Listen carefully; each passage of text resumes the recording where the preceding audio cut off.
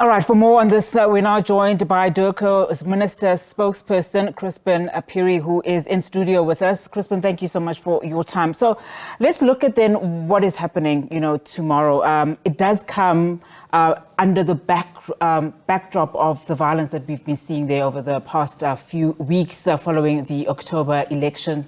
The country's Constitutional Council is also yet to announce, or make a pronouncement regarding the highly contested elections. What is the understanding then in terms of the official position of South Africa, even ahead of this meeting tomorrow? An important meeting it is, but what is the country's position following what has transpired since that election? As you would have seen, the Border Management Authority has been heavily engaged with the process around the Limpopo border in particular, advising how citizens should access their services in relation to that border. And there has been a misconception that the border has been closed. But most of the time it has been stop-start to be able to enable them to facilitate the passage of vehicles and economic trade through that border. And it has been difficult for them to do so because of the unrest on the other side. And so there's been a lot of engagement up to now with our Mozambican counterparts about those type of logistics.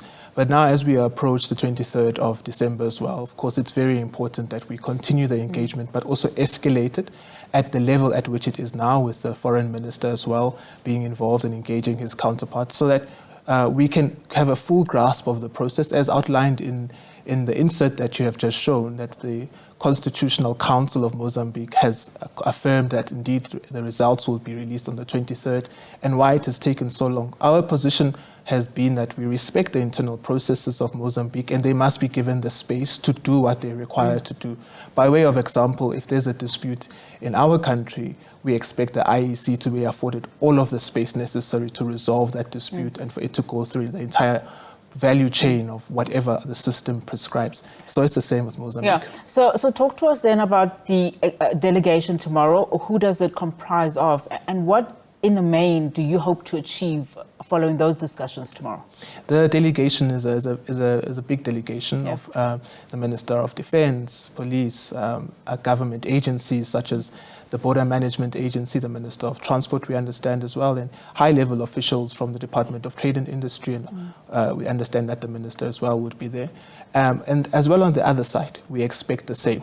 So this discussion would be around, firstly, how do we ensure that we minimize any economic impact that we're currently experiencing, but also how do we ensure that the processes on the Limpopo side are not affected. But it's also political consultations at a very high level of government. When foreign affairs ministers meet, it's always an opportunity to engage on the political dynamics and get a full appreciation of how the Mozambican government see the issues as they arise and how they believe their institutions will be able to resolve these very challenging issues that we are currently both experiencing. And like I said, I think as South Africa, we are affected at a bilateral level. So it would be very irresponsible for us not to have this engagement and not to have strong political consultations with our counterparts. I just want to stay on that point on the economic impact. We've seen, of course, how the disruptions there have impacted on, trade in the region. So not only South Africa being impacted, in fact, South African businesses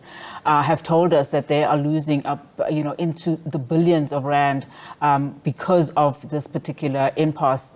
Perhaps give us a sense in terms of how you engage in big business as well. We've seen, of course, kilometers of queues in as far as trucks are concerned.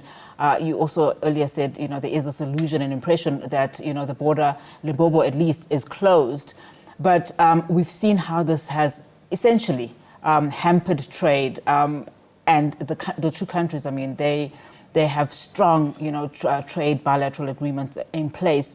So how are you engaging business in as far as this is concerned? So indeed, from a transport point of view, our counterparts in transport would be engaging with that specific sector, but also trade and industry and competition, the department there has the responsibility to directly engage with the business sector, as well as our Mozambican counterparts on the other side. We would expect that they are also engaging with the various business agencies on their side and business companies on their side to enable us to ensure that whatever process we put in place, everyone understands it and we facilitate it smoothly across the board. So that's also what this meeting will seek to convey on both sides.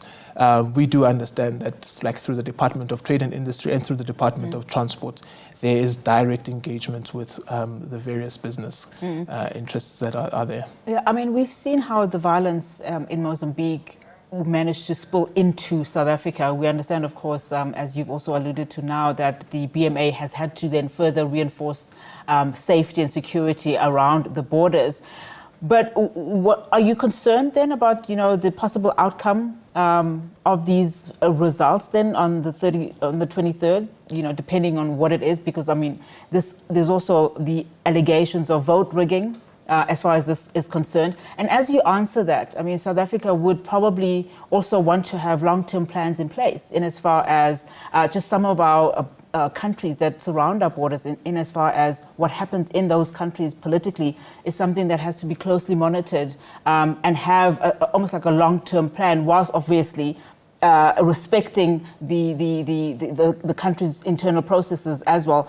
But because of what we've seen in October, there are serious concerns there, especially as we're expecting millions of South Africans to be traveling to that country. Yes, and maybe let me start there at the point of expecting millions of South Africans to travel to the country.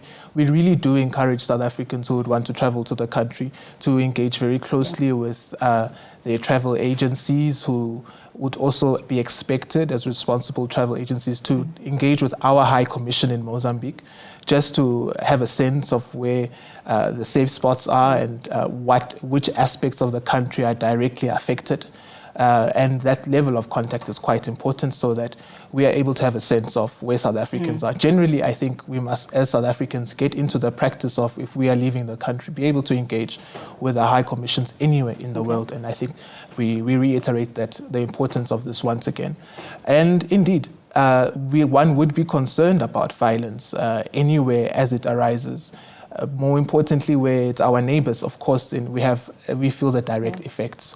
So that is why this engagement is very, very important, so that we are on the same page around how we resolve whatever disputes that arise, what the plans are in place, so that we can understand from our Mozambican counterparts how they will address the violence as it arises. But I must say that, when we look at the SADC region, we are one of the most stable regions on the continent. We've had a lot of elections thus far, which have had seismic shifts for the continent, for the region. And nothing of a scale of violence has really come our way that should raise major concerns. We've been able to handle the democratic processes quite well as a region. This dispute in Mozambique is going through its internal process. And I think, once again, as we've said, we reiterate that we must ensure that the Mozambican people are able to resolve this dispute and trust their institutions. It's only when we have institutions that we can trust and accept what they say to us that democracy truly flourishes. And sometimes they may say things we do not like, but that is why we have those institutions in place. All right, Chrispin, thank you so much for your time and coming in. Of course, that is the DIRCO's ministerial spokesperson, Chrispin Phiri. International Relations and Cooperation Minister Ronald Lamola is set to lead a delegation of South African ministers to meet with their Mozambican counterparts. That's all happening tomorrow, which is Wednesday, in Mpumalanga.